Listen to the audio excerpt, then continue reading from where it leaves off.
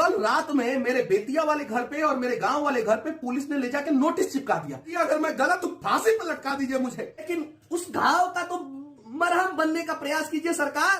हमसे भी जो हो सकता है आप हमें गाइड करिए, हम करने के लिए तैयार हैं।